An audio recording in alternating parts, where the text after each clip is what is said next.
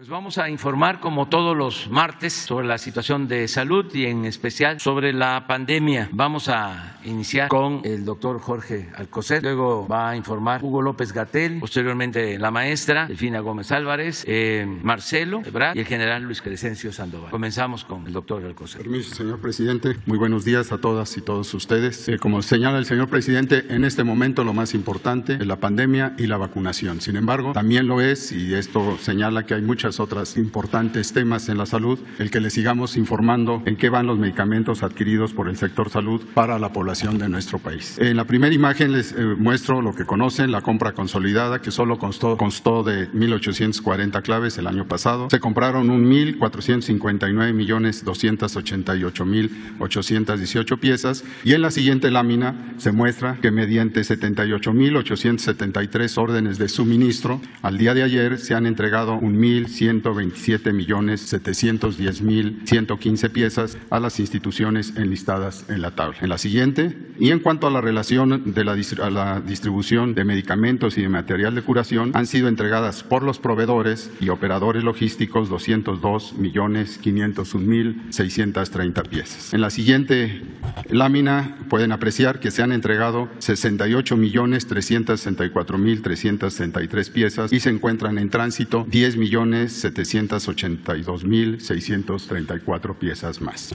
Lo hemos mencionado, gracias a la participación de Sedena, de Marina, de la Guardia Nacional y de Birmex, durante el año 2022 ya llevamos realizada la entrega de 1.348.210 piezas en 15 entidades federativas. Es en especial equipo de protección personal, por lo que en estos días se requiere. Con el apoyo de Birmex se distribuyeron medicamentos oncológicos a Veracruz, mientras que la Sedena lo hizo al estado de Sonora. Más aún, actualmente 28 entidades federativas se han sumado en forma voluntaria al plan de distribución a última milla con ayuda de la Sedena y de Birmex para abastecer en conjunto con los estados 12.552 unidades de salud, y estas siguen en integración. En lo que va del mes pueden apreciar que se han cubierto 447 unidades de salud con distribución a la última milla en los estados de Guerrero, Tlaxcala y Veracruz, 360, 8 y 79 respectivamente. Así, el número de piezas distribuidas corresponde a 1.842.147. Por último, como hemos informado, producto de la compra INSABI 2021, el abasto de medicamentos y material de curación se garantiza la continuidad en el abasto por 201 millones de piezas para el primer trimestre de 2022, mientras que por la compra UNOPS se consideran 87 millones de piezas que darán atención a la demanda de las entidades federativas hasta junio del presente. En resumen, durante enero se han distribuido en las 32 entidades 68.364.363 piezas, resultado de la compra 21. A continuación, en su presentación, el doctor Hugo López-Gatell les actualizará cómo va la compra de los medicamentos ambulatorios para el tratamiento de COVID. Muchas gracias. Presidente, buenos días.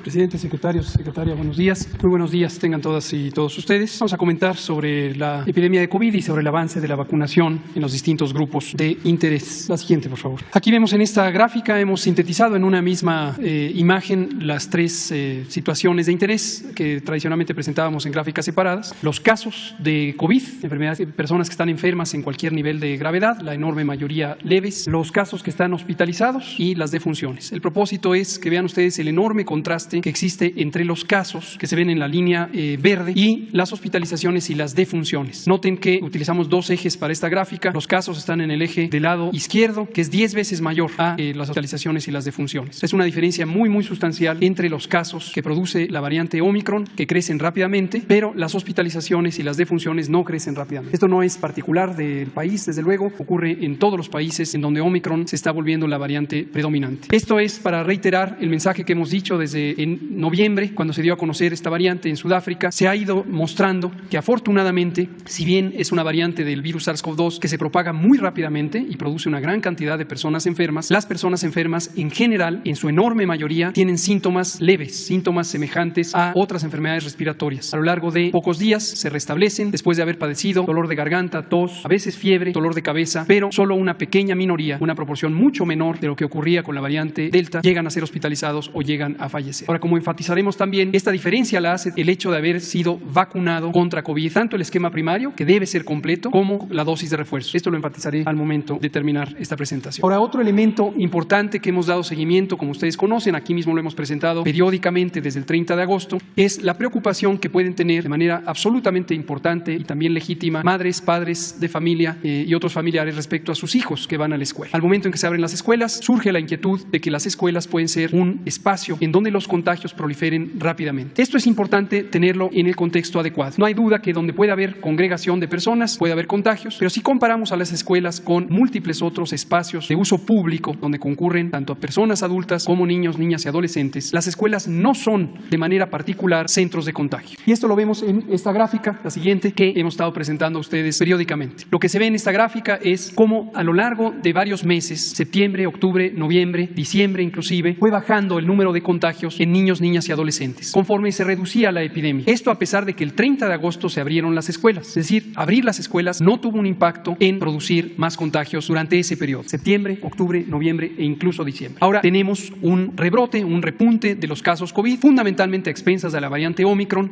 y la pregunta natural es, ¿en las escuelas es porque se abrieron las escuelas? Lo que nos muestra la evidencia es que no, porque el momento de repunte de la epidemia de COVID-19 también en menores de edad ocurrió en el periodo en que estaban de vacaciones. Es decir, no fue por abrir las escuelas donde empezaron los contagios. Durante las vacaciones, que están mostradas ahí en esa sombra que dice vacaciones, es cuando empezó, al igual que en adultos, la epidemia a repuntar. Y uno pensaría, si las escuelas además producen una mayor proporción de casos en las poblaciones escolares. La respuesta de la evidencia también es no. El porcentaje de casos de COVID-19 en niños, niñas y adolescentes se ha mantenido estable a lo largo de toda la epidemia. Lo que se muestra en el recuadro con los números, donde pueden ver para 3 categorías de edad, 0 a 4, 5 a 11 y 12 a 17 años, cómo el porcentaje se ha mantenido considerablemente estable, siendo minoritaria la afección en esa población joven y de niños y niñas comparado con el resto de la población. Entonces, la escuela no es el sitio en donde mayormente ocurren los contagios, y de hecho en el monitoreo conjunto que hacemos con la Secretaría de Educación Pública a cargo de la maestra Delfina Gómez, vemos que una cantidad importante de los contagios en niños, niñas y adolescentes ocurrió fuera de la escuela,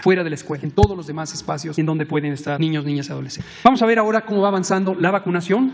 Ayer tuvimos 325.860 dosis aplicadas. Mostramos siempre esta gráfica para que vean ustedes el ritmo que tiene la vacunación, pero podemos ver que en forma acumulativa ya cumplimos 156.5 millones de dosis que han sido aplicadas y corresponden a casi 83 millones de personas que han sido vacunadas. En su enorme mayoría, 92% con el esquema completo. Nos resta 8% de completar el esquema conforme llegan las fechas apropiadas. Mayormente ese 8% son las personas de menores edades dentro de la población adulta. La siguiente nos muestra el porcentaje de vacunación. Se ha mantenido estable en la medida en que estamos avanzando con los otros elementos que ahora presentaré, en particular los refuerzos. Los refuerzos en personal de salud tenemos 55%, más de la mitad. Lo mismo en personas adultas mayores. En un tiempo mucho más breve que el esquema original hemos logrado tener esta dosis de refuerzo. Ha habido gran disposición de la población a vacunarse. Recientemente también se abrieron algunos sitios de vacunación para personas que se habían rezagado, de todas las edades, que se habían rezagado y no se habían vacunado. Vemos que cada vez hay más gente que se convence de vacunarse cuando ve la diferencia entre estar vacunado y tener enfermedad leve o no padecerla, y no estar vacunado y tener enfermedad de importancia. En niños, niñas y adolescentes, que son de gran importancia también, de 14 a 17 años, esto incluye a personas que no tengan o sí tengan alguna comorbilidad, llevamos ya 45% de avance en la vacunación. Y hacemos un recordatorio con base en la evidencia. En México, al igual que en otras partes del mundo, 65 de cada 100 personas que están hospitalizadas por COVID-19 estaban sin vacuna o con el esquema incompleto. Y esto lo que nos permite ver es que vacunarse disminuye la probabilidad de llegar al hospital por COVID-19. Muy importante vacunarse. Y recordamos que ya abrimos desde hace 2 semanas el preregistro para las personas de 40 años en adelante para que se vacunen su vacuna de refuerzo. Es una vacunación masiva. Esto van a ser más de 18 millones de personas que se estarán vacunando poniéndose el refuerzo. Entonces, a completar el esquema primario y a tener la dosis de refuerzo. Estamos acortando el tiempo, además, desde la última dosis. Originalmente habíamos planteado 6 meses, ahora desde 5 meses. Personas que hace 5 meses se pusieron su más reciente dosis del esquema primario ya pueden vacunarse si tienen 40 años en adelante. Y por último, lo que mencionaba mi secretario, el doctor Alcocer, estamos ya haciendo todos los pasos para adquirir los medicamentos antivirales contra COVID-19. Son 2 medicamentos. Hicimos un proceso paralelo de análisis, tanto para la regulación sanitaria, donde ya fueron aprobados estos medicamentos, y también el análisis de la evidencia científica sobre el uso correcto para usarlo de la manera óptima, asegurando su eficacia y reduciendo cualquier riesgo que pudiera estar asociado. Pasamos ya al proceso de negociación. Estamos en pláticas con los 2 laboratorios que lo producen, con 2 medicamentos diferentes. Tienen indicaciones muy específicas y esto será, igual que la vacunación, un programa del Gobierno de México para que estos medicamentos lleguen directamente a las personas que tengan una indicación médica de uso. Muchas gracias.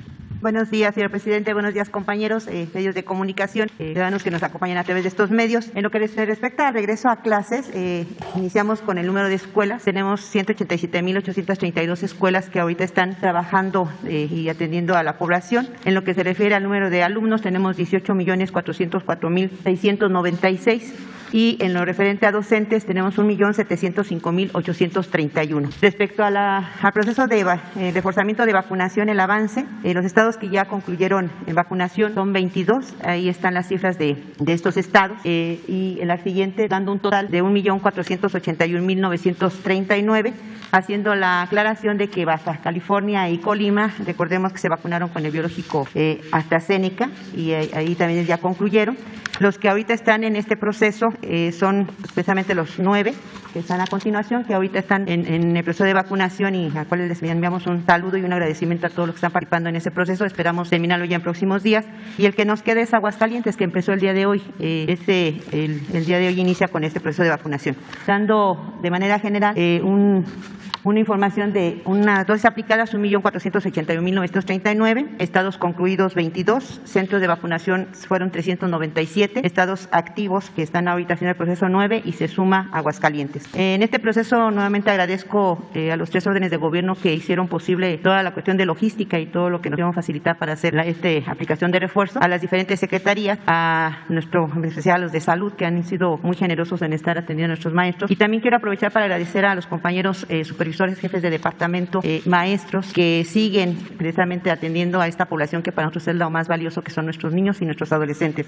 Los invito a que los compañeros que no se han vacunado lo hagan a reserva de que ya se terminó, concluyó en los estados el proceso de vacunación. Se sigue precisamente abriendo esa posibilidad de que puedan acercar a que sean atendidos y que se haga la vacunación. Seguimos teniendo el contacto, las formas de contacto, que son estas páginas en las cuales estamos a sus órdenes, y nada más la única invitación, insisto, es que los maestros vayan a vacunarse, es una gran oportunidad. Recordemos que el gobierno es el tercer sector que ha dado atención y prioridad. Los primeros fueron adultos mayores, segundo fue salud y los terceros son los maestros, a los cuales precisamente el gobierno tiene ese compromiso, esa responsabilidad, pero todo esa atención que tiene con el sector educativo, y al mismo tiempo continuar con los protocolos de seguridad. Eso ayuda mucho, nos ha ayudado en ese sentido de tener ese control, porque en cuanto se percibe alguna situación de algún síntoma, inmediatamente se da celeridad y se da atención junto con Secretaría de Salud, y eso ha permitido que haya un mejor control en las instituciones educativas y junto con nuestros maestros. Muchas gracias. Sería cuanto, presidente. Gracias.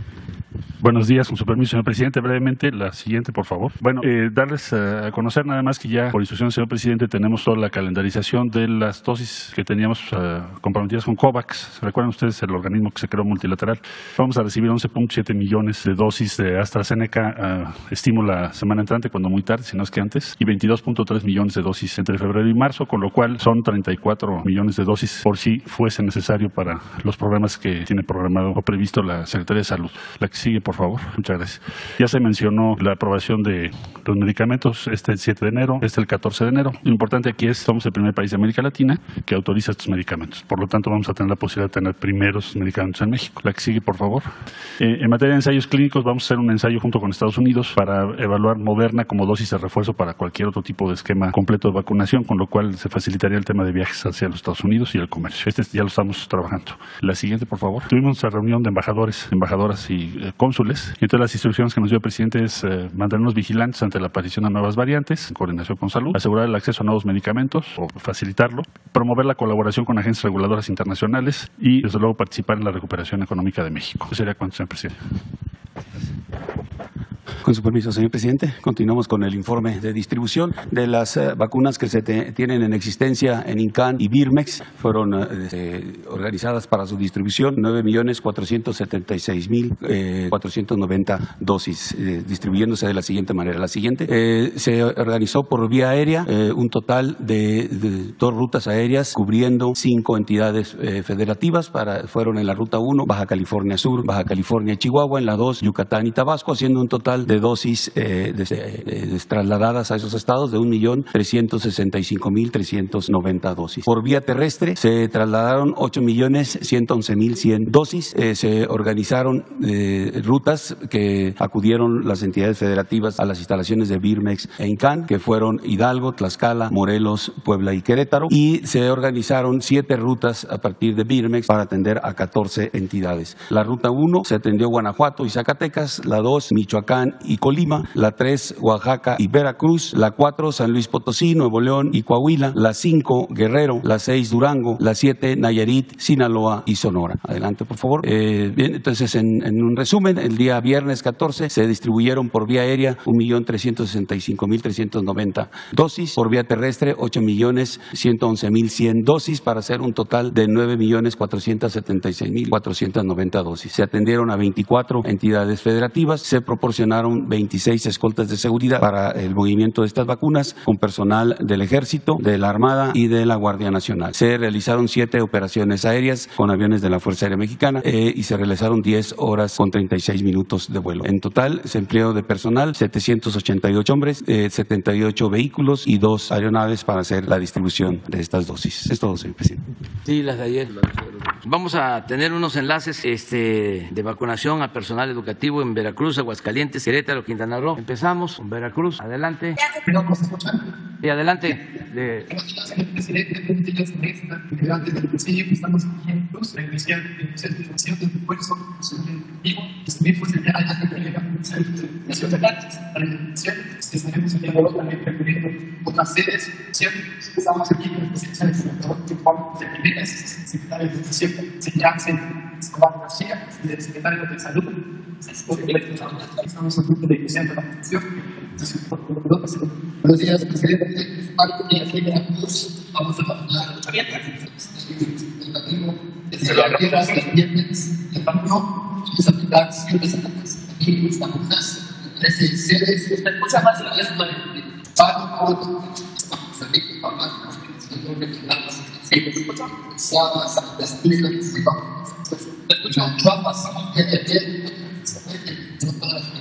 no hay forma de mejorar.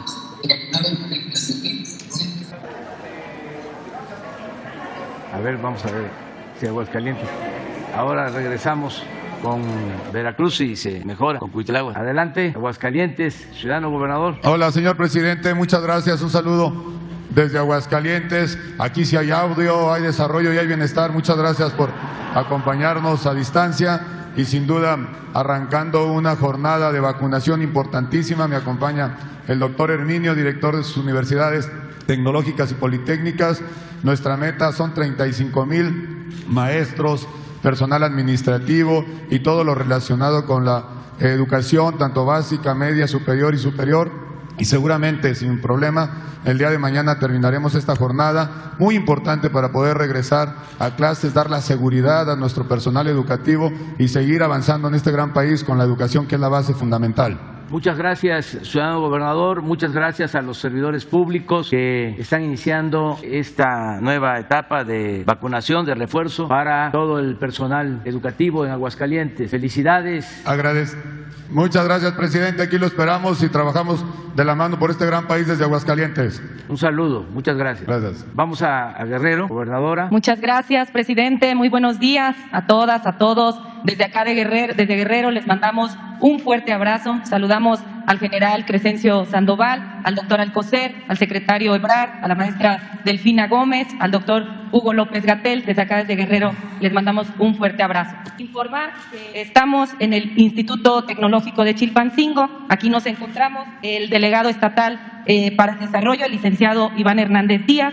Nos acompaña la directora del Tecnológico, la maestra María Eugenia Reynoso, el secretario de Educación, el doctor Marcial, el capitán Napoleón, director de Coordinación Interinstitucional de Marina, el doctor Jesús Adame, subsecretario de Salud, y el compañero Ramón Cárdenas Villarreal, comisionado de la SEP para el reforzamiento de la vacunación. Decirles que, bueno, pues estamos dándole seguimiento a esta importante etapa de refuerzo de vacunación a personal educativo, el cual pues es de enorme importancia por la necesidad que tiene el pueblo de Guerrero de permanecer seguro en las aulas. Asimismo, pues comentarles que con mucha alegría les estamos informando que la jornada que comenzó en nuestro estado el día de ayer es realizado con mucho orden, con mucha participación por parte de todas y de todos los guerrerenses, y únicamente el día de ayer se aplicaron 14,472 dosis en nuestro estado. y espero que el día de hoy superemos esa cifra y nos acerquemos aún más a la meta de aplicar 77.280 refuerzos. Es muy importante que nuestros trabajadores y trabajadoras de la educación reciban este refuerzo para garantizar su bienestar, el de nuestros alumnos, alumnas y de los padres de familia. Aquí nos están acompañando el personal también de salud, a quien les damos un fuerte aplauso y un agradecimiento. Desde acá le mandamos un fuerte aplauso, presidente, agradecer el apoyo para esta importante estrategia nacional de vacunación, que es tan importante para nuestro Estado. Y bueno, pues a convocar a todas, a todos los guerrerenses a seguirnos cuidando, a no bajar la guardia, acatando todas las medidas sanitarias, sana distancia. Y bueno, pues ya lo dijo el doctor Gatell, es muy importante cumplir con el esquema de vacunación para evitar llegar al hospital. Así que hay que cuidarnos todas y todos, por nosotros y por nuestras familias. Aquí hay una persona también, compañera maestra. Muy buenos días, ¿ya se aplicó la dosis? Ya fue aplicada. Bien, ¿cómo se siente? Y un mensaje aprovechando que está aquí nuestro presidente Andrés Manuel. Pues bien, gracias a Dios, ya tengo la segunda, ya tengo el refuerzo y pues me siento bien. Hasta ahorita no he tenido ningún síntoma. Nada, eso. Me siento muy bien. Muy contenta. Bueno, pues hay que agradecer al gobierno que encabeza nuestro presidente Andrés Manuel López Obrador por este apoyo, por esta gran estrategia de vacunación que, bueno, pues estamos viendo que hay una participación activa aquí en Chilpancingo. Agradecer a los institutos tecnológicos, a Sedena, Marina, Guardia Nacional, IMSS, ISSSTE, a todos los que participan, a los compañeros y compañeras de bienestar que están también aquí con el delegado. Por supuesto, la Universidad Autónoma de Guerrero, la UAGRO también está apoyando, el CONALEP también. Muchísimas gracias a todas y todos los que hacen posible este gran esfuerzo y esta gran jornada de vacunación, presidente. Desde aquí les mandamos un fuerte abrazo desde Guerrero. Muchas gracias. Gracias, Evelyn. Muchas gracias, gobernadora. Y un saludo a todo el pueblo de Guerrero, mujeres y hombres. Vamos a Quintana Roo, si les parece. Carlos Joaquín. Señor presidente, ¿cómo está? Me da mucho gusto saludarle, me da mucho gusto también verle bien, repuesto y de nuevo aquí en sus funciones. Desde Chetumal, aquí en Quintana Roo, le mandamos un saludo y estamos precisamente en el inicio de la segunda jornada, el segundo día de vacunación para el personal de educación, maestras, maestros, personal administrativo de nuestras escuelas, que estoy seguro será de gran importancia para el desarrollo del Estado, para tener de nuevo actividades presenciales que son muy importantes para todas y todos nosotros. Nos acompaña aquí don Jorge Armando Barriguete de la Secretaría de Educación Pública. Están también con nosotros la Secretaria de Salud del Estado, la Secretaria de Educación del Estado, la delegada de la Secretaría de Educación en Quintana Roo, el señor capitán de la Marina, parte del equipo de vacunación, y la maestra Arcos, también de la Secretaría de Educación Pública, y por supuesto todas las maestras y maestros que están por iniciar esta jornada. Bueno, de hecho ya iniciaron, aquí ya son poco más de las 8 de la mañana, vamos una hora adelante, y debo decirle que la gran meta es alcanzar 36.900 vacunas al personal educativo. El día de ayer se vacunaron cerca de 9,000 maestras y maestros. Tenemos 6 ciudades en donde estamos aplicando la vacuna, 8 sedes para todas las maestras y maestros, todo un proceso de organización que se ha llevado a cabo para que a través de citas ellos puedan llegar y aplicarse la vacuna sin tener estar en filas o esperando mucho tiempo, así que seguramente será un proceso muy exitoso, y le voy a pasar el micrófono al doctor Barriguete para que nos pueda hacer algunos comentarios. Señor gobernador, bueno, a nombre de la maestra Delfina Gómez Álvarez, agradecerle todo el apoyo a usted y a todo el sector, porque fue una movilización de todo el Estado, y agradecer al gobierno de la República que esto sea posible, y al señor presidente. Estos 2.7 millones de vacunas van a hacer que este refuerzo haga que todos regresemos a clases y a muchísimas actividades, y recordarle a todos los maestros que todavía tenemos el día de hoy y el día de mañana, y síganse inscribiendo en línea o vayan directamente a los puntos de vacunación. Como mencionó, son 8. Y bueno, felicitar a todo su Estado por esta movilización y agradecer todo el apoyo. Pues muchas gracias, señor presidente. Le mandamos un agradecimiento por este apoyo en materia de la vacunación, de este refuerzo para las maestras y los maestros, que estoy seguro será de gran relevancia. Nos seguimos avanzando, 98% ya de vacunación en el Estado. Es para nosotros muy importante para seguir con los procesos de desarrollo económico, desarrollo social, derivado precisamente también de todo lo que el turismo representa para Quintana Roo. Así que un saludo a todas y a todos y de nuevo agradecerle este apoyo para Quintana Roo y un aplauso para el señor presidente, para todo el equipo y por supuesto para las maestras y maestros que hoy se están vacunando aquí en Chetumal y en todo el Estado. Muchas gracias, señor presidente. Gracias, ciudadano gobernador. Muchas gracias a todos los servidores públicos de Quintana Roo. Un saludo. A ver si ya. Cuitláhuac, sí. García. Presidente, aquí en Veracruz se instalaron 13 sedes desde Pánuco, Tantoyuca, Tuxpan, Poza Rica, Papantla, Martínez de la Torre. Se volvió a cortar. No hay forma. Por teléfono. Cuitláhuac es perseverante. A ver si se puede. Mientras vemos, nos quedaron pendientes de ayer dos compañeras, Adriana y Marta Obeso. Entonces, Adriana. Acá, presidente, buenos días. Gracias. Adriana Estela Flores, del Instituto Mexicano de la Radio. Yo le quiero preguntar primero sobre las 16 designaciones para embajadas y cónsules que se hicieron el día de ayer. Hubo muchas repercusiones, pero también críticas, especialmente en el PRI contra la designación de la exgobernadora Claudia Pavlovich y del exgobernador de Campeche. El dirigente del PRI dijo o advirtió que podrían ser expulsados del partido. Yo le quiero preguntar cómo vio primero esta advertencia y también preguntarle, presidente, por qué los gobernadores, particularmente del PRI, se han convertido en buenos candidatos para representar a México en el extranjero. Y también sobre esta designación, le quiero preguntar sobre esta polémica que también desató el nombramiento de Pedro Salmerón para la embajada en Panamá. Hubo muchas reacciones en redes sociales, sobre todo por colectivos, por feministas, que recordaron las denuncias que hubo en contra de Salmerón por estudiantes del ITAM, de la UNAM, y también cómo su nombre apareció en el Me Too académicos. Yo le quiero preguntar, en primer lugar, también si el gobierno va a reconsiderar este nombramiento, presidente.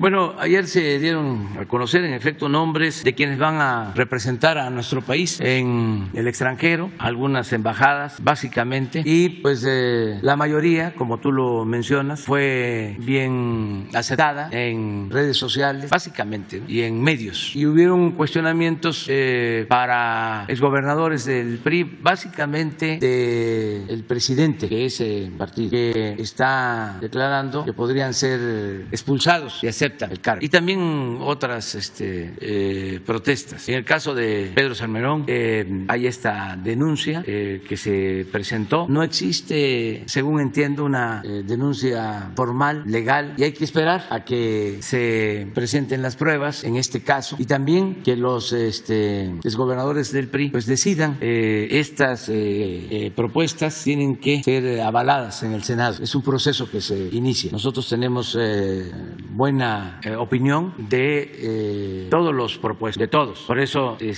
hicimos este planteamiento. Todos para nosotros son mujeres, son hombres que merecen respeto y representarnos. En el caso de los gobernadores, pues no hay denuncias en contra de ellos. Ojalá y se presentaran.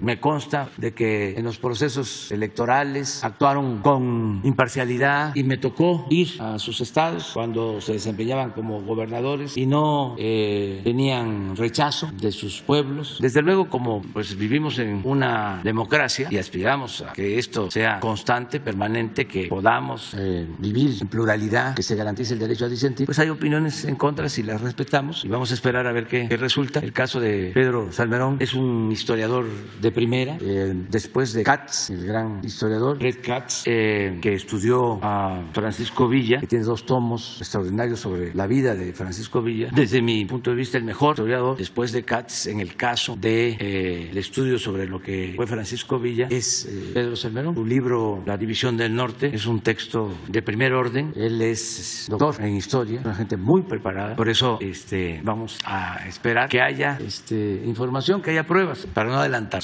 Pero insistiendo en el caso de los exgobernadores del PRI, ¿por qué ellos son buenos candidatos para representar a México en el extranjero? Porque nosotros gobernamos en un país plural y repito, México es una democracia, un país democrático y todos tenemos derechos a participar. El gobierno no debe de ser faccioso, el gobierno no puede representar como era antes a un partido, el gobierno es de todos. Si están participando ellos es porque queremos que México se exprese en el mundo como es, plural. rural. ¿Ustedes creen que en el servicio exterior mexicano todos son de Morena? Les puedo garantizar que son la minoría y sin embargo se ha respetado a quienes tienen militancia en otros partidos y trabajan en el servicio exterior porque han cumplido, no importa de qué partido son. Invité a participar a un exgobernador del PAN, a Corral, nada más que tiene doble nacionalidad y para ser embajador se requiere tener una nacionalidad, ser mexicano. Si se tienen dos hay que renunciar. Entonces estamos buscando que todos ayudemos y que todos representemos a México y no van a ir los embajadores a hacer labor partidista, van a representar a nuestro país. Además, la política exterior de México está definida en la Constitución, ahí están los principios de no intervención, de autodeterminación de los pueblos, de la solución pacífica de las controversias y eso es lo que les estamos pidiendo a nuestros embajadores. Presidente, si me permite una segunda pregunta, en la última semana han ocurrido 2 asesinatos de periodistas aquí en México, ocurrió hace días el de José Luis Gamboa, fue apuñalado en Veracruz y también ayer el de Margarito Esquivel en Tijuana. Yo le quiero preguntar, presidente, ¿por qué considera o cuál es desde su punto de vista, por qué siguen siendo o seguimos siendo tan vulnerables los periodistas, las y los periodistas aquí en México? ¿Qué garantías también va a dar su gobierno para que podamos, todo el gremio, continuar con el ejercicio de la libertad de prensa? Y también preguntarle si no considera que las críticas que se hacen desde un foro tan relevante como son la conferencia mañanera aumentan los riesgos para el gremio periodístico. Bueno, esto último no, esa es una especulación, yo diría que incorrecta. O sea, no tiene nada que ver.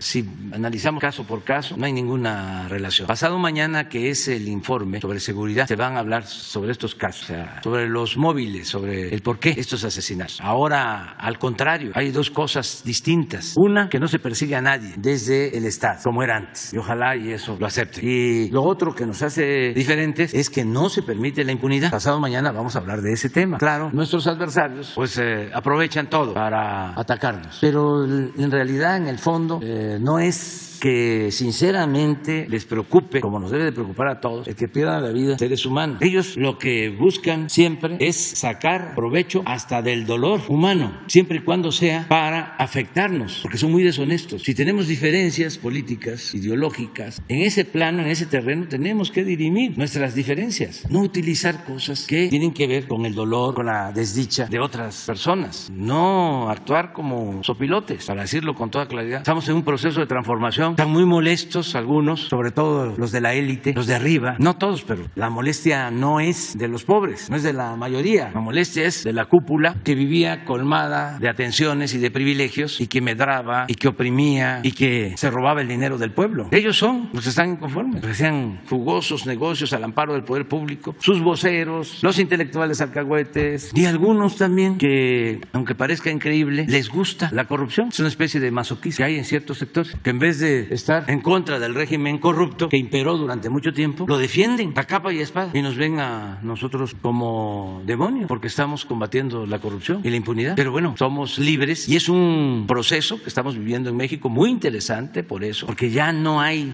simulación. Antes habían escritores, periodistas, conductores de radio, de televisión, intelectuales que hablaban de que eran independientes, que pertenecían a la sociedad civil, que no tenían partido y ahora ya pues es más que claro que se han agrupado en contra de lo que nosotros representamos. Es fuera máscaras y eso es muy bueno porque se termina con la simulación. Es como ahora que viene lo de la aprobación o no de la reforma eléctrica, va a ayudar mucho a la definición porque con mucha claridad se va a saber quiénes están a favor de que se fortalezca la Comisión Federal de Electricidad, que es una empresa pública, y quiénes están a favor de Iberdrola y de las empresas extranjeras y también de las empresas nacionales que reciben subsidio en el mercado de la energía eléctrica. Va a quedar muy definido. Eso es mucho mejor que estar simulando con la política robalera, porque solo el robalo es el que anda en 2 aguas. Aquí es definirnos, nada de medias tintas, nada de estar engañando, que estamos a favor del pueblo y estamos en contra de la corrupción y la ley es la ley y el Estado de Derecho y no nos va a temblar la mano. Ya esa demagogia ya no sirve, y no porque lo diga yo, sino porque la gente ya no les cree. Yo celebro pues que se definan, eso es mejor. Antes que habían 2 partidos, ¿no?, que también engañaban, que eran distintos. distintos. ¿Se acuerdan? ¿Cuánto tiempo engañaron de que eran diferentes? En honor a la verdad, ¿qué se nos va a olvidar eso? Para los jóvenes que le den una repasada a la historia de los partidos políticos en México, cuándo nacen, cómo se transforman, cómo se desarrollan. Hasta hace poco habían dos partidos supuestamente diferentes y al final siguen formalmente como partidos independientes, distintos, pero en los hechos son lo mismo. Incluso hacen alianzas, postulan a los mismos candidatos, defienden el mismo programa de privatizaciones.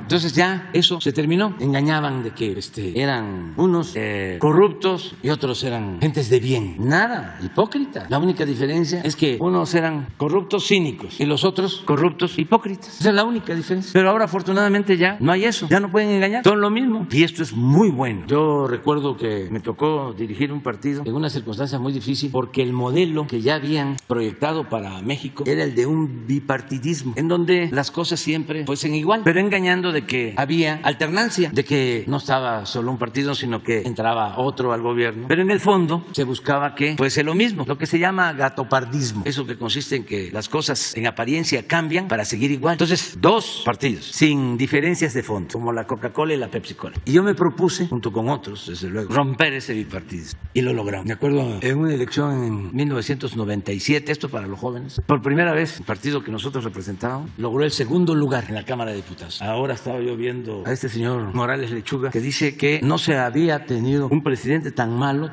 como el que les habla desde hace 90 años. Y me puse a pensar, ¿qué le hice yo a este señor? Pues fíjense que sí, tuvimos que ver, porque él había estado con Salinas, creo que había estado hasta de procurador en la Ciudad de México y quería ser candidato a gobernador en Veracruz, siendo yo dirigente de ese partido. Y los dirigentes de ese partido en Veracruz ya estaban todos arreglados. Pero imagínense, no se puede avanzar sin autoridad moral, no se pueden dejar trozos de dignidad en el camino. Entonces recuerdo que un congreso como de 3,000, 5,000 personas, yo puse a consideración de la Asamblea el caso y el Congreso votó porque no se aceptara al señor. Claro que se generó un problema mayor porque toda esa dirección del partido en Veracruz renunció, se fue. Nos quedamos sin nada de dirección, de a buscar candidatos, que era muy difícil. Pero es a veces mejor perder dejando a salvo la dignidad. No se trata de triunfar a toda costa sin escrúpulos morales de ninguna índole. Entonces me acordé de ese tema porque, bueno, ¿por qué el señor habla de que somos de lo peor en los últimos 90 años? Pues se debe a eso. Entonces hay mucho enojo porque en esta lucha pues se tienen que enfrentar intereses creados, privilegios. Pues es normal que no nos quieran, pero también que eso es la parte que reconforta. Hay mucha gente que nos apoya, mucha gente. Y a veces hablan de polarización. Pues no, la polarización es por la desigualdad. La polarización es porque hay una monstruosa desigualdad. Una minoría tiene mucho y la mayoría tiene poco. Esa es una polarización. Pero lo político, no, porque la mayoría de nuestro pueblo está a favor del cambio, está a favor de la transformación, quiere que se destierre la corrupción. La mayoría es una élite, pero son muy pocos, es una minoría, los inconformes, porque pertenecían al antiguo régimen corrupto, de injusticias, de privilegios, y eso ya cambió, afortunadamente. Pero bueno, es para contestar así más ampliamente tu pregunta. A ver, ya, Huitláhuac. ¿Qué tal? Sí, buen día,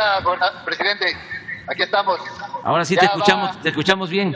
Ya va avanzado aquí el proceso de vacunación en este segundo día.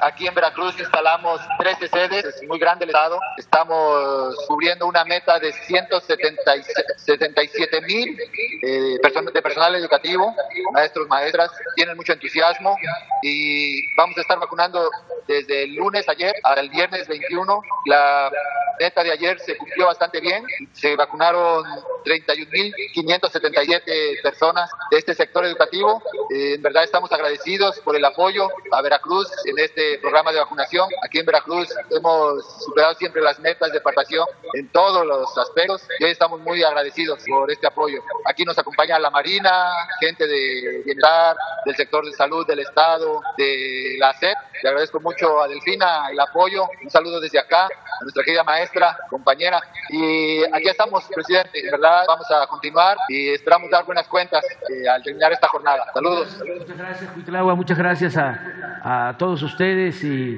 un saludo a todos los maestros, maestras de Veracruz y qué bien que se están aplicando esta vacuna de refuerzo para que nos cuidemos y podamos seguir con las clases presenciales, porque como ya lo sabemos no hay nada mejor que la escuela. Es muy importante el que se mantengan abiertas las escuelas, cuidando desde luego a los niños, a las niñas con el protocolo de salud, pero no olvidar que la escuela es el segundo hogar y muchos estudiantes, sobre todo de nivel básico, están muy contentos de estar de nuevo en las aulas. Y yo quiero hacer un reconocimiento especial a las maestras, a los maestros, a todo el personal educativo, todo el personal del sector educativo del país, al magisterio, porque se están portando a la altura de las circunstancias, las maestras, los maestros, todos los trabajadores de la educación. Y un abrazo a todos y vamos a seguir adelante. Muchas gracias, Cuitlagua, y estamos contigo siempre.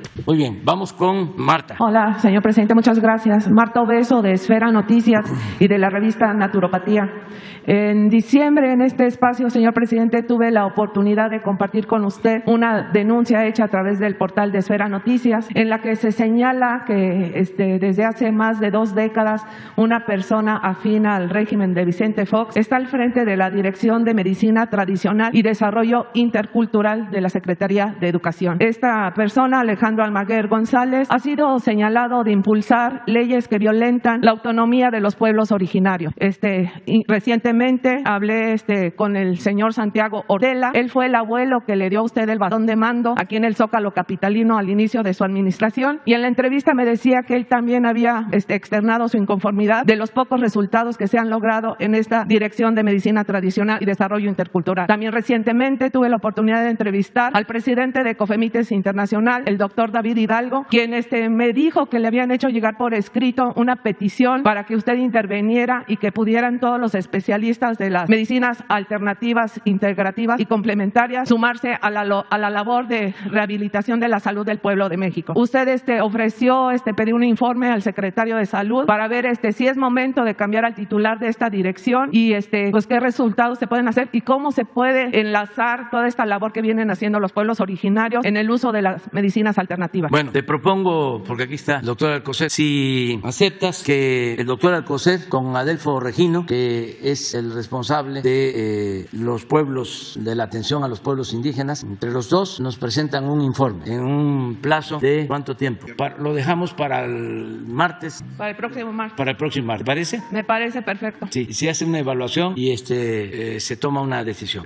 Con mucho respeto a la persona y con elementos, si es que no está cumpliendo, y también si está cumpliendo, aquí se dice por qué. Sí, y sobre todo por el interés que hay de todos estos representantes de los pueblos originarios de sumar su conocimiento a las actividades de salud para hacer jornadas de salud y todo eso, y no han recibido respuesta. Bueno, ¿sí? El martes. Bueno, el si martes. ¿Te parece? Gracias, muy amable. Sí. Muy bien, vamos adelante. Aquí con el compañero, luego la compañera, tercero y cuarto.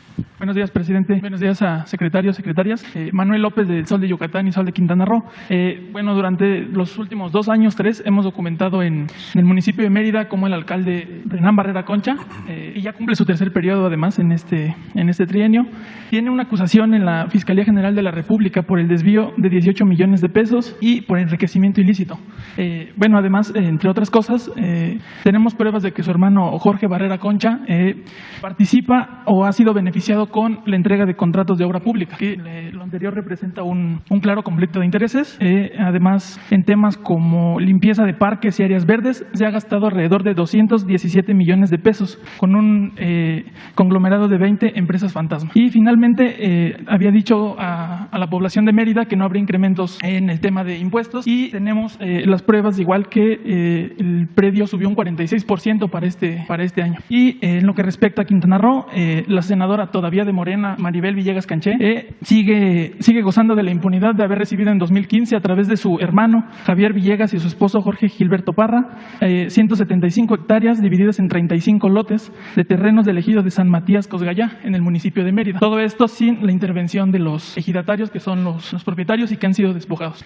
Usted al inicio del periodo electoral pasado comentó que, advirtió a los nuevos presidentes municipales que habría manicure con Hachuela cuando se demostrara robo. Entonces, le quiero preguntar si va a haber manicure con Hachuela en Mérida y si algo va a hacer con la senadora Maribel. Bueno, yo te propongo que has presentado ya la denuncia. Esto es muy importante porque se sabe, se da a conocer con libertad, sin censura, lo que estás planteando. Ahora hay que presentar una denuncia o saber si ya presentaron estas denuncias en las instancias correspondientes. Nosotros te convocamos a que se presenten las denuncias y nosotros ayudamos para que las instancias correspondientes lleven a cabo una investigación. Tenemos entendido que ya hay denuncias presentadas formalmente en la Fiscalía por las partes afectadas, en el caso de Renan y en el caso de Maribel. Desde 2015 están los casos presentados y siguen en espera. La Fiscalía Especializada había dado avances de que tenían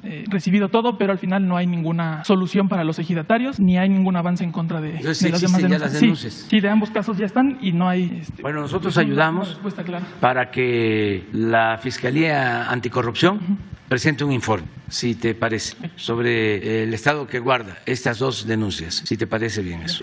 Nos ponemos de acuerdo y vamos a hacer nosotros las gestiones para con la Fiscalía, que aun cuando es una instancia autónoma, por tratarse de un hecho de presunta corrupción, nosotros ayudamos para que nos informe. Desde luego estás consciente de que tienen que presentarse pruebas y que no pueden hacerse juicios sumarios, es decir, no es solo la denuncia y ya es culpable, sino tiene que llevarse a cabo una investigación, tiene que decidir la autoridad competente en estos casos. Nosotros lo que vamos a hacer es de que estas denuncias no duerman, si se han presentado, que no duerman el sueño de los injustos. Gracias. Muy bien. Acuérdense quién el orden, ¿no? Ustedes mismos. Gracias, presidente. Buenos días a todos los del Presidium. Shaila Rosagel, corresponsal del Grupo Gili, el Imparcial de Sonora, La Crónica de Mexicali, Frontera de Tijuana y el Imparcial.com México. Presidente, sobre el nombramiento de la exgobernadora de Sonora, Claudia Pavlovich, preguntarle cuándo tomó esta decisión de invitarla y también preguntarle específicamente, ahorita ya le preguntaba a la compañera, pero ¿qué opina de esta amenaza del dirigente nacional del PRI, Alejandro Moreno, pues de expulsarlos del partido a los dos gobernadores priistas y dos exgobernadores si aceptan su invitación? Pues tomé la decisión porque yo recorro el país constantemente, hablo con todos los gobernadores, los llego a conocer. En el caso de la gobernadora de Sonora, siempre trabajamos de manera coordinada por el bien del pueblo de Sonora, independientemente de las banderías partidistas. Y ella, en una plática, porque yo siempre me muevo, ahora sí que a ras de tierra, son muy largos los recorridos en Sonora. Me acuerdo que una vez me acompañó de Bavispe hasta Hermosillo, ¿sí? Y son como 6 horas. Y pues ahí se platica y se platica. Me ayuda mucho también, entre otras cosas, porque así veo cómo están los caminos, así voy viendo los pueblos, ahí sí también voy admirando la naturaleza. Y hay unas zonas en ese camino, por ejemplo, bellísimas de barrancas, un mirador, exactamente. Y me sirve cuando van conmigo servidores públicos para ir tomando acuerdos.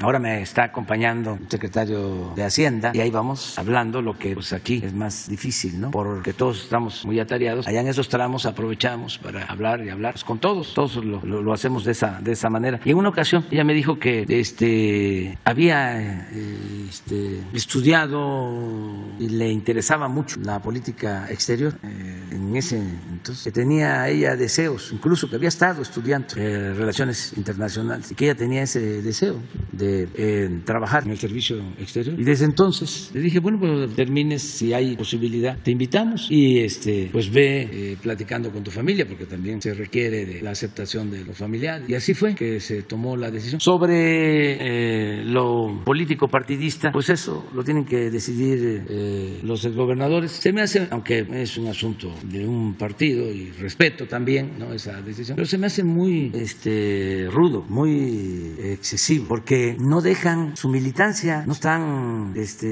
vendiéndose, como se decía antes. Se puede vender el trabajo, pero no la conciencia. No es el caso. Ellos no van a afiliarse a otro partido, ellos van a representar a México, claro. Mientras estén como representantes de México, pues no pueden hacer labor partidista. Pero con todo respeto, se me hace muy poco político, muy poco tolerante. Y ojalá y cambien de opinión, que también no es que ya esté tomada la decisión. A lo mejor si hablan con ellos y aseguran aseguran que van a seguir militando o que por convicción son militantes de ese partido. A lo mejor se entienden y ya no hay ningún problema. No es más que eso. El otro señor Aiza, una gente grande, seria, respetuosa, a pesar de una situación tan difícil ahí en Campeche, nunca tuvimos problemas. Siempre nos entendimos con él y pues uno agradece eso también. O sea, ya son gentes mayores, vamos a decir serios, y por eso lo invitamos. Gracias, presidente. Preguntarle al doctor Alcocer, aprovechando que está aquí, sobre lo que dio a conocer ahora en la primera reunión del Consejo Nacional de Salud para el Bienestar, los cambios, las modificaciones que se están haciendo a la metodología para el semáforo epidemiológico. Preguntarle qué consisten estos cambios, si ya nos pudiera compartir un poco sobre esto, cuándo se van a dar a conocer los nuevos lineamientos y por qué se hizo esta modificación, aunque ya habló un poco del por qué, ¿no?, en la reunión. Con su permiso, señor presidente. Efectivamente, todo lo que se ha construido en estos más de 2 años va ajustado a lo que va sucediendo. Estamos en una condición donde el grupo de virus, porque no es solo el coronavirus, el SARS-CoV-2, nos lleva precisamente a esa dinámica. Y en particular, cómo se logra estar atento y cómo se va a ubicar, a determinar el cambio, que es un factor de riesgo, es un semáforo de riesgo para ir viendo los colores, que de hecho aprovecho para señalar que en varios países les ha llamado la atención y han modificado sus formas de evaluar el curso de la epidemia, de la pandemia, de acuerdo a esas mediciones. Esto desde luego es propio de cada país y el de nuestro país también ha sido reconocido eso como la comunicación social. Y el tercer punto y muy importante es la forma en que se logró con tiempo, con el seguimiento y con la adaptación de el convertir la conversión de camas para poder tener esa dualidad necesaria en un país con un déficit de salud en cuanto a sus operadores, a los médicos, a todos los profesionistas de salud en contexto global, para darle un seguimiento y tener un factor de riesgo o un elemento de riesgo que ahora es diferente. ¿Por qué es diferente? Porque hemos oído que en este cambio, en este aumento de las cifras de contagio, la respuesta rápida del individuo está sujeta ahora a lo que le proveen las vacunas y desde luego característicamente por el Omicron está lo ya señalado, que toda la población prácticamente lo está entendiendo porque está reaccionando ante ello. Se ve que ya hay enseñanza hasta en la población, no solo en lo que se conoce científicamente. Y este semáforo se modificó en el valor, en el puntaje que tienen tanto los internamientos, en la ocupación de las camas en cada unidad médica, en cada una de las unidades que están atendiendo el COVID, y que por cierto en ese operativo se avanzó, y lo señalé, se aprendió y se agilizó dejándolo dinámicamente en cuestión de días, como ha sido ahora su disparo, su acción. En este sentido, y lo relativamente más novedoso es atender y ponderar diferente lo que es el tener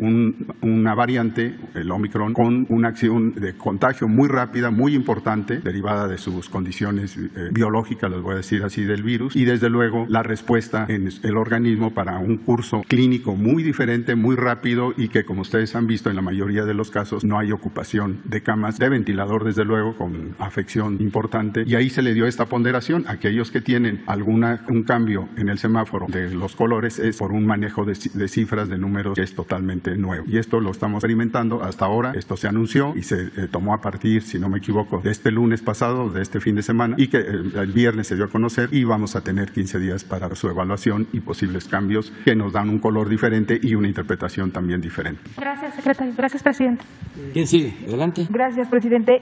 Buenos días, Mara Rivera de Enfoque Noticias. Aprovechando que recuerdo que le había hecho una pregunta respecto a los maestros de prepa en línea, de estos profesores que, por ejemplo, tan solo en este primer trimestre del año van a atender a 24,000 estudiantes que necesitan tener el nivel medio superior acreditado, y que hay de diferentes edades, desde jóvenes hasta ya adultos, ¿no? Entonces, usted había prometido regularizar su situación de estos maestros, y bueno, y a propósito que dijo que iba a pedirle a la Secretaría de Educación Pública, pues este estudio si ya se había evaluado, si hay condiciones, si hay a lo mejor recursos para hacerlo o no, porque son maestros que al final, pues no solamente se supone que tendrían que estar o están incluidos dentro de la política educativa del país, sino que están pues funcionando, y son maestros que yo le comentaba, pues tienen grados, estudios, no son como pudiera pensarse a lo mejor improvisados o como no sé, de escuelas patrulla, ¿no? O provenientes de esto, no. Son profesores que tienen grados y que piden o preguntan qué hacer para que sean reconocidos dentro del sistema educativo nacional y que no sean tomados como maestros de segunda, ¿no? En relación a los maestros acreditados en la SEP que tienen aguinaldo, que tienen servicios médicos, porque ellos en alguna ocasión lo tuvieron, un año tuvieron estas prestaciones y esta situación y ahora están bajo el esquema del outsourcing. Entonces, no sé si esto se platicó ya con la titular de la SEP, si tiene usted un reporte de esto, si hay posibilidades a la mejor, no sé, ahora por la situación económica del país quizás es difícil pensar que pudiera ser de manera inmediata en su gobierno, pero si dejaría algo antes de que termine su gestión administrativa, presidente. ¿O puede dijo la SEP? Sí, ¿sí respuesta? Sí. De manera breve, efectivamente es una instrucción que nos dio el señor presidente de atender a estos compañeros maestros. Se está haciendo el estudio porque estamos viendo con Hacienda, estamos viendo con el subsecretario y yo pediría que en la próxima semana podamos hablar del tema, pero sí es algo que se está atendiendo en atención a la preocupación que tiene el presidente de atender a los compañeros. Gracias. Y la segunda pregunta, presidente, es respecto a las expectativas del Producto Interno Bruto. Se dice que en el 2021 el país pudo haber crecido porque está por confirmarse más de 5%, 5.4%, pero para este año se prevé que en las expectativas de parte de los analistas del mismo, no sé, ahora del gobierno, si esta expectativa podría ser hasta del 3% para este año, 2.9, algo así se menciona, y para el siguiente se podría disminuir más 2.2%. Entonces, la pregunta es si dentro de este camino se consideraría ajustes al presupuesto, más acciones, o si podría compensarse esta disminución que se prevé con los proyectos que tiene en materia de infraestructura, con el sector privado, más acciones pues que finalmente impulsen el crecimiento económico. ¿Alcanzaría, por ejemplo, 2.9 para este año, para todas las expectativas y todos los planes que tiene el gobierno? Bueno,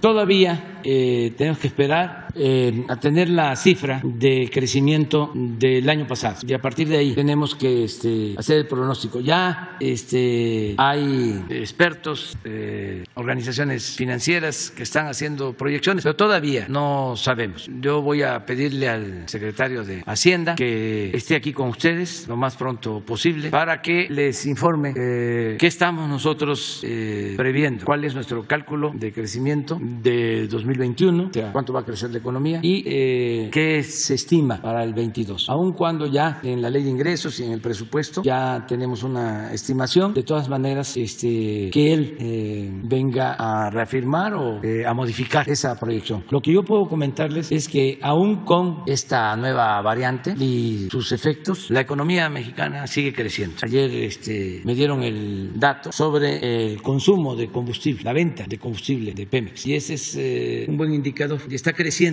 como no se veía antes. Y hay otros indicadores que nos muestran de que vamos recuperándonos en lo económico, pero vamos a esperar. Nosotros estamos optimistas y pensamos de que ya se pasó lo peor y que vamos a seguir creciendo y que se van a seguir creando empleos y vamos a seguir garantizando el bienestar a todos, sobre todo para la gente más humilde, más pobre. Entonces, pero vamos a esperarnos, ¿no? Acuérdense también de que todos los jueves de cada mes, el primer jueves de cada mes, hacemos un informe sobre datos económicos y sociales, o sea, cómo va la inflación, el incremento de salario, deuda, crecimiento económico, recaudación, remesas, todo esto. Entonces, el jueves de febrero, el primer jueves de febrero, se informa sobre toda la situación económica social, ¿no?, del país. Gracias, buenos días a todos y a todas. Liliana Noble de Pulso Saludable. Señor presidente, quisiera preguntarle, usted nos ha platicado en reiteradas ocasiones sobre el combate a la oferta de las sustancias, pero quisiera saber cómo va la prevención de la demanda de las sustancias y, por supuesto, conocer cómo va la estrategia nacional de la prevención de las adicciones, conocida como EMPA. Esa sería mi primera pregunta. Gracias. ¿Hablas de la campaña? Sí, de la estrategia. Vamos a pedirle a Jesús. Es de la campaña contra las drogas. Sí, de la estrategia nacional. Venga, Jesús. Gracias. Sí, muy buenos días, señor presidente, con permiso. Pues en primer lugar, señalar que la Estrategia Nacional de Prevención de Adicciones pues ha puesto el énfasis en las sustancias, como bien señalas, y no en más bien en las personas, para atender el tema de la salud mental, tomando en cuenta que es un tema de salud, no es un tema de seguridad como se había planteado en gobiernos anteriores. Y hemos relanzado la campaña de prevención de adicciones, una campaña muy fuerte que incluye la participación de músicos y de cineastas para pues recrear y prevenir esta situación contra la narcocultura, contra las sustancias químicas, particularmente el fentanilo, el cristal, la metanfetamina, las sustancias, los inhalables, que son sustancias que hacen mucho daño a la salud de los los jóvenes, de los niños, de quienes consumen estas sustancias. También hemos hecho una campaña, ahora está en televisión, en radio, incluso en mobiliario urbano en las principales ciudades, previniendo del uso del cristal en los espacios de trabajo, en la industria maquiladora, en los campos de trabajo donde los jornaleros recurren a estas sustancias. Son sustancias que por primera vez están llegando al campo. Antes era, digamos, el consumo de estas sustancias era particularmente en las ciudades y ahora está llegando al campo de manera muy fuerte. Entonces estamos haciendo conciencia de que todas estas sustancias, el consumo, aunque sea mínimo, genera un daño irreversible. Entonces estamos creando, y bueno, pues aquí junto con el tema de los videojuegos, porque también hay una adicción a los videojuegos, hay una adicción al uso de las tecnologías como los teléfonos inteligentes y que también generan patrones de situaciones de enfermedad y que pues aquí, por ejemplo, en el caso de los videojuegos se hizo una presentación de los riesgos, que no solo es el uso adictivo de los juegos, sino también del enganchamiento que hay de grupos del crimen organizado a partir de estos juegos de guerra, de uso de armas, etcétera, y de violencia. Entonces estamos por iniciar una campaña en medios de comunicación precisamente para hacer conciencia de la afectación por estos juegos que utilizan armas reales, bueno, simuladas, pero que son armas simuladas reales y que tienen efectos muy nocivos sobre los adolescentes y los jóvenes, que generan violencia alrededor en las familias, en la escuela y en la calle, ¿no? Entonces estamos precisamente, esperemos que aquí podamos presentar la campaña, la última parte que se ha presentado y donde incluso hay una canción que habla de los riesgos de incursionar en el mundo de la narcocultura, de la venta y compra de sustancias ilegales y del consumo de estas sustancias químicas que, bueno, como ya hemos dicho aquí, muchas se hacen con raticidas, con líquido o ácido de batería, en fin, sustancias que hacen daño al cerebro, al cuerpo y a la vida de los niños y jóvenes que las consumen. ¿Y han visto, Jesús, han visto una reducción en la demanda con todas estas acciones que se han desarrollado? Al mismo tiempo hay toda una red de apoyo, se ha fortalecido a través de CONADIC y ahora que se incluyó el tema de salud mental en este asunto de las adicciones, ha crecido la red de apoyo psicológico, de atención a los consumidores. En el caso, por ejemplo, de Chihuahua ya se inició un proceso de justicia terapéutica, de sustituir las penas corporales con la atención a través del sistema de salud pública. Entonces sí se está avanzando en la atención, se están revisando los anexos y los espacios privados donde se atiende a las personas que son adictas o que tienen problemas de consumo de esas sustancias para mejorar las terapéuticas y para evitar también que se vuelvan en lugares de enganchamiento de los grupos del crimen organizado. Gracias. Y una segunda pregunta, señor presidente, quisiera saber cómo va el tema de estos dos medicamentos, Paxlovid y Molnupiravir, y quisiera conocer si ya diseñaron una estrategia. Ahora mencionaba el doctor Gatell que la utilización va a ser en el sector público. No sé si únicamente sea esta manera en la que quien lo requiera tenga acceso a través del sector público y en esta forma se prescriba, o están diseñando alguna estrategia para que también en conjunto la medicina privada lo pueda hacer. No sé si a través de la utilización de los mecanismos de, sin mal no recuerdo, la fracción 3 que habla de los medicamentos controlados, no sé cómo sería. Gracias. A ver, por favor. Gracias, Liliana Noble de Pulso Saludable.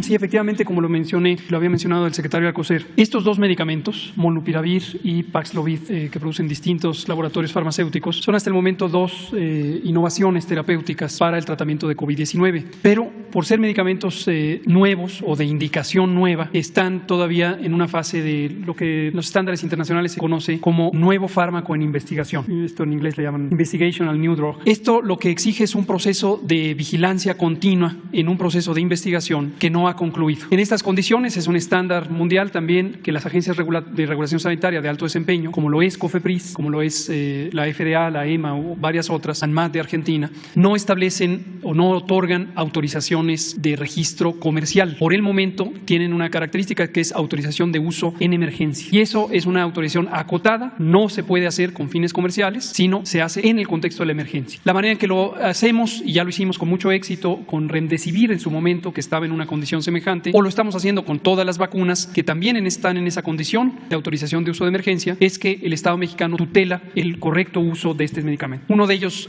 tiene importantes restricciones respecto a su uso. El Molnupiravir no se puede usar, por ejemplo, en embarazadas porque causaría un daño importante al producto del embarazo, y hay otras restricciones en enfermedad hepática, en enfermedad renal. Entonces tiene que ser un uso muy cuidado. Pero como digo, con la experiencia que tuvimos en Remdesivir, tuvimos una muy buena coordinación con el sector privado, de modo que pudimos hacer uso de él con la tutela del gobierno, pero también beneficiando a las personas que se atienden en la medicina privada. La gran mayoría se atienden en la medicina pública y tendremos centros específicos donde va a ser utilizado. Caso en el que un paciente ¿Qué ocurriría en el caso en el que un paciente privado, el médico le prescriba más bien este medicamento? ¿Tendría que dirigirse a una institución de salud pública para que se lo otorguen? ¿Cómo sería? Insisto, en el caso del Remdesivir, en su momento, ese otro medicamento antiviral era de uso intravenoso y lo que establecimos son una relación formal con ciertas unidades de atención del sector privado. Hay médicas y médicos muy excelentes también en el campo privado, tenemos muy buena relación con todos ellos y se les encomendó la tutela de ese medicamento de uso intravenoso. Estos dos son de uso oral, son pastillas, entonces el modelo es un poco diferente, pero también estamos buscando un mecanismo en donde el sector privado tenga una salida a través del uso en el sector público y desde luego gratuito. No olvidemos que un empeño fundamental de este gobierno es que todos y todas tengan medicamentos gratuitos, independientemente de su afiliación a alguna institución o carencia de esa afiliación. Muchas gracias. Estamos en negociaciones con los laboratorios que los producen. Evidentemente, en una negociación de este tipo, esto es información confidencial, es parte de la negociación y respetamos lo que los laboratorios piden, que no hagamos público el precio al que lo están ofertando. Muy pronto, ya la negociación está en curso avanzado. Tuvimos un esquema muy temprano de relación, los laboratorios nos buscaron y en la Secretaría de Salud establecimos varias vías de comunicación. Una fue para el propósito de regulación sanitaria, que culminó con éxito con las autorizaciones de uso de emergencia. Aquí quiero destacar también en mi agradecimiento a nombre del sector salud a CONACYT y a la doctora Álvarez Builla y a un grupo de expertas y expertos en ciencias de la salud que forman parte de un grupo técnico de análisis que nos ha ayudado mucho a facilitar el proceso de la autorización sanitaria. Pero en paralelo teníamos ya relación con las representantes de ambos laboratorios y entonces fuimos construyendo la negociación. Probablemente en esta semana o la que sigue se concretará y en febrero ya estaría en uso, si no es que en la última semana de enero. Por el momento son los que existen en el horizonte de innovaciones. Como dije la semana pasada, el presidente nos ha encomendado no escatimar esfuerzos, no solo no escatimar en recursos, sino en esfuerzos de buscar anticipadamente en los circuitos científicos, destaco eso, no con una perspectiva comercial, sino una perspectiva científica y de beneficio a la salud, estar rastreando cuáles pueden ser innovaciones para una mejor atención. ¿Vale?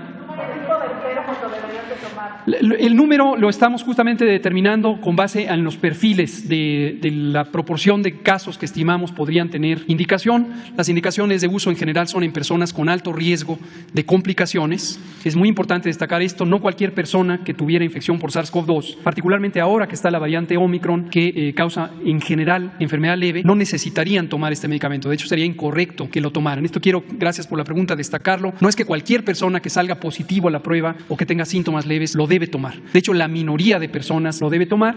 Cuando se hicieron los ensayos clínicos de ambos medicamentos, molnupiravir y Paxlovid, se investigaron antes de tener altas coberturas de vacunación en personas no vacunadas y se investigaron cuando existía la variante Delta y otras variantes previas que dan un cuadro clínico más agresivo. Es muy importante tenerlo en cuenta. No es para un uso generalizado masivo, es para prevenir las complicaciones en personas que tienen alto perfil o alta probabilidad de complicaciones. Bueno, nada más para complementar, porque se está llevando a cabo el acuerdo, para no hablar de negociación, con las farmacéuticas y se tiene que mantener en sigilo. Son de las condiciones que ellos solicitan.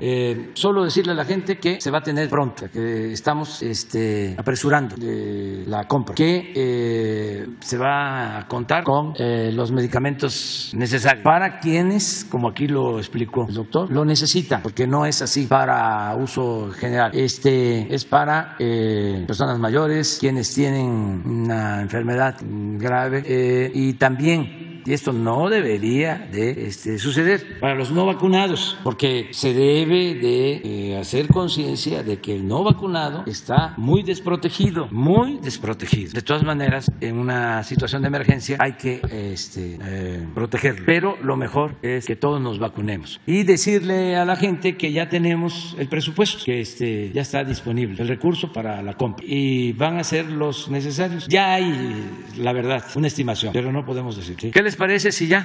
Porque ya es la hora. ¿Nos quedamos para mañana? 2, 3, 4. Sí, tenemos. ¿Mande? Sin lista, bueno. Sí. Nada más ayuden ahí ustedes también, por si ya preguntaron, ¿no? Que se le dé oportunidad. Pues con muchos servidores públicos. Aquí nos vamos a una reunión con el secretario de la Defensa y con el secretario de Marina para ver temas.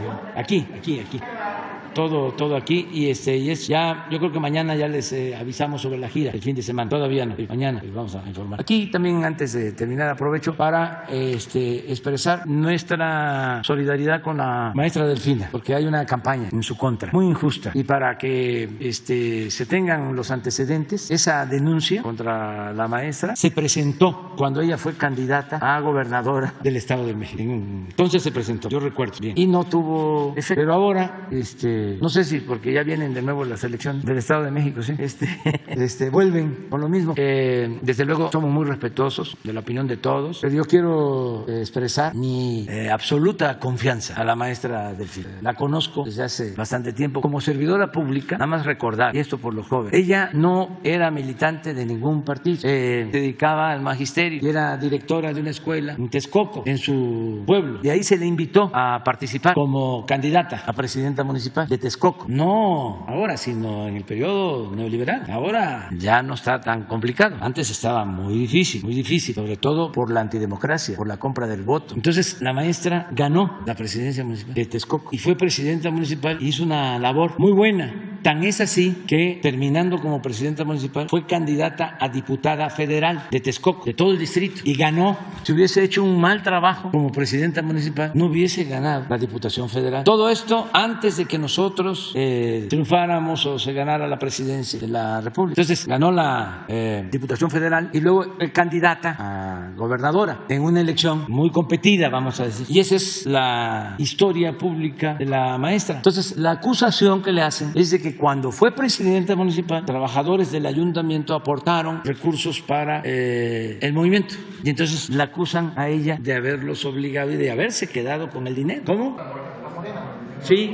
¿Sí? Entonces, esta señora, la mujer es honesta, digna, es un ejemplo. Me siento orgulloso de que sea la secretaria de Educación del Gobierno Federal. Entonces, no está de más que yo dé mi opinión, respetando la opinión de todos. Pero ella sigue viviendo en Texcoco, en su misma casa, nada que ver con los que han actuado como secretarios de Educación Pública en otros tiempos. Es cosa de nada más ver dónde viven los de antes y dónde vive la maestra. Es una gente honesta. Todo esto lo comento porque sí hay toda una campaña en todos los medios, hasta en los que supuestamente todavía fingen ser independientes y progresistas y objetivos, profesionales. Nada de eso.